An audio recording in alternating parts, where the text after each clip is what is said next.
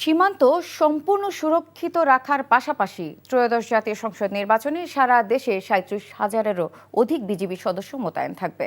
রাজধানীর মিরপুর জাতীয় সুইমিং কমপ্লেক্সে স্থাপিত অস্থায়ী ক্যাম্পে অনুষ্ঠিত এক সংবাদ সম্মেলনে বিজিবির পক্ষ থেকে একথা জানানো হয়। বিজিবির ঢাকা অঞ্চলের sector commander colonel S M. Abul Ehsan জানান, ভোটাররা যেন নিরাপদ ও নির্বিঘ্ন পরিবেশে ভোটকেন্দ্রে গিয়ে ভোটাধিকার প্রয়োগ করতে পারেন, সে লক্ষ্য সামনে রেখেই এই প্রস্তুতি নেওয়া হয়েছে। নির্বাচনকালীন যে কোনো জরুরি পরিস্থিতি মোকাবেলায় বিজিবির র্যাপিড অ্যাকশন টিম এবং হেলিকপ্টার সহ কুইক রেসপন্স ফোর্স প্রস্তুত থাকবে বলেও জানান তিনি। বিশেষায়িত এসব ইউনিটের পাশাপাশি নিরাপত্তা ব্যবস্থাকে আরও জোরদার করতে বিশেষায়িত ডগ স্কোয়াড ইউনিটও মোতায়েন থাকবে।